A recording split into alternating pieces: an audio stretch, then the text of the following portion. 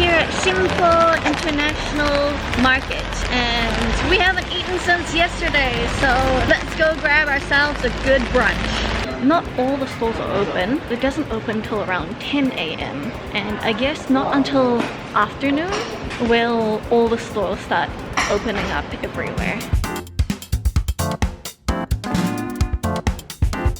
DakGangJeong is an original Simpo market food. It is a style of fried chicken with a specific marinade. Chanuri behind us is supposedly the original place that sells it, but the portions are so large that I'm not sure we could finish one by ourselves, let alone try things afterwards. It looks so good! The first thing we chose was kimchi-jeon. It is a pancake with kimchi blended into the batter. Blended. So it's just finely chopped and then mixed. That's what I meant. Alright, off you go, try it first. It's so warm. I wasn't expecting that because it was sitting out there. It's also quite soft, but it's not mushy. And the kimchi is very fragrant. It's sour and salty, but it's not overwhelming. Normally I'm not into kimchi that's too sour.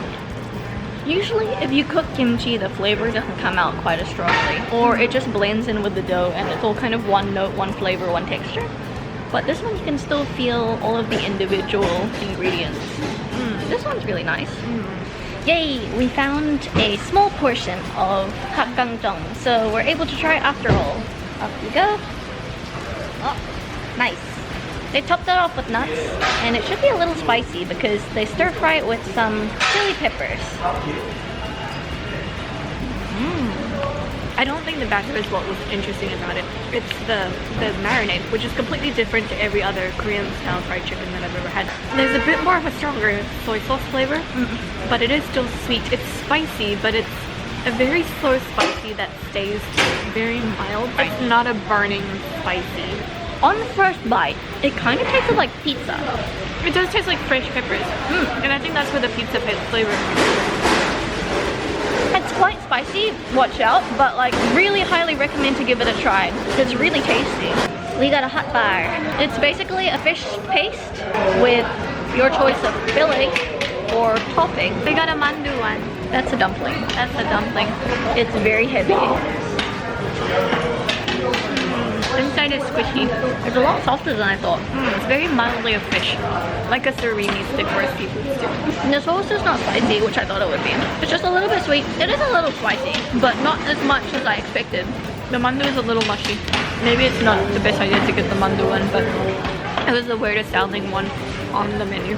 They do have a modern hot bar, which is all of the things which they cut up and skewer onto one stick. Otherwise they have things like vegetable, bacon, sausage, crab stick. Yeah, lots of interesting flavors. We got a red bean porridge. It's quite cold today, so this hopefully will warm us up. It's really large for the price. Cheers. It's savory. Well, I never expected that. The texture is a bit grainy because it's blended red bean. And the rice is kind of like if you put rice in a soup. It's that soft, break apart texture. Very interesting. I think I'm just a bit surprised because I wasn't expecting a savory one. They gave us pickles as well, if you'd like to try. That's quite salty too. It tastes like one of those fresh pickles but without sweetness at all. Interesting. We tried a few good things. It was only 4, but they were all really filling. The mandu hot was just really heavy, surprisingly, for that price. And so was the red bean porridge, so I'm really sad that we can't try anymore, but everything we had was really nice. Let's move on. Incheon still has a lot to explore. We are at Incheon's Chinatown, the only Chinatown in Korea. We're at the gate, which is 11 meters tall. It's right outside Incheon station. There's food, there's souvenirs, there's things to look at, so let's go!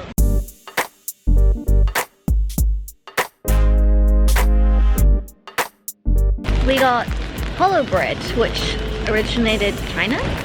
You can tell it's freshly baked because it's still a bit warm and it smells really good.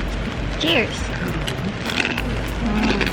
It honestly just reminds me of a good bread crust. It's slightly sweet It's just really Moorish. I think it's got like a sugar inside coating.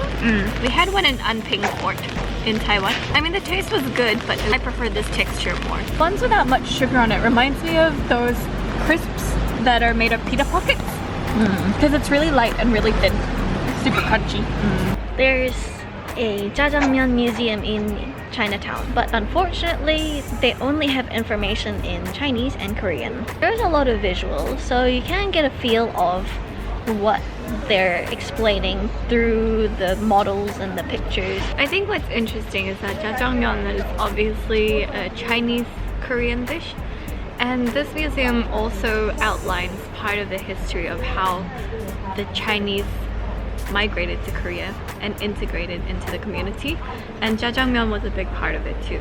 For 1,000 won, it's really worth it if you really enjoy eating jjajangmyeon, and if you have the patience to translate everything maybe through a Google Translate app, that makes it even more worth it. I was surprised at how much information was actually here for 1,000 won, rather than just a few pictures and a few packets of jjajangmyeon. It was fun to see how it progressed over the years. The dish and also the instant noodles, which they covered quite a bit of. We spent a good half an hour here, maybe a bit longer actually.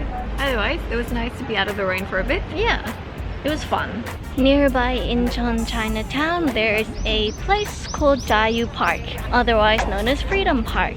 The person behind us, the statue over there, is of General MacArthur, who contributed a lot to the Korean War and helped the liberation of Incheon. This marks the 100-year anniversary of that war, and it shows the relations between Korea and America.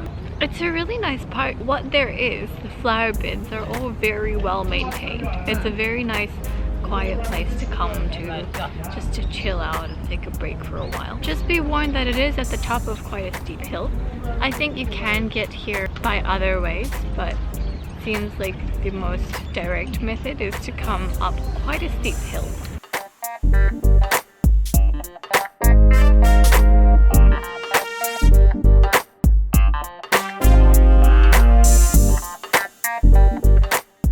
This is Fairy Tale Village. It's just a short walk from Chinatown, and it was built because of the lowering population in the Incheon area. So they painted all the houses to attract people to come over. That's really cool.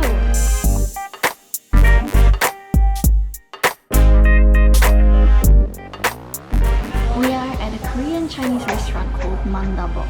It is known for their 100-year jjajangmyeon noodles. It means they have a 100-year-old recipe which they've used since. Incheon is also known for its white jjajangmyeon, which uses white beans instead of black beans. We are here to try it and see what the difference is. And there is one other noodle dish that Korean Chinese food is very famous for, and that is jjampong. It is a spicy seafood noodle soup, and it's well known for its bright red color. However, over here in Incheon, you can get a white version. We don't have enough stomach space to try black and the white jjajangmyeon and the red and the white jjampong. So if you're in the city, get the specials, and you can try the original ones in other Chinese restaurants. Let's try the white jjajangmyeon.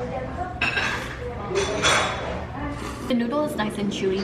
It's not like a flour noodle like your usual jjajangmyeon in China or in Taiwan, but it really tastes like the Chinese one. It's got the fermented soybean flavor, but it tastes more like the whole beans rather than like the blended sauce or anything like that. You can tell that there's no sauce to it anyway, but it's really fragrant with a bit of ginger, a bit of garlic, mostly the whole soybean, and pork mince. This dish is crazy large. I can't believe this is almost the same price as that one. Let's try the soup. I think it tastes like a chicken soup. There's surprisingly little seafood flavor in it.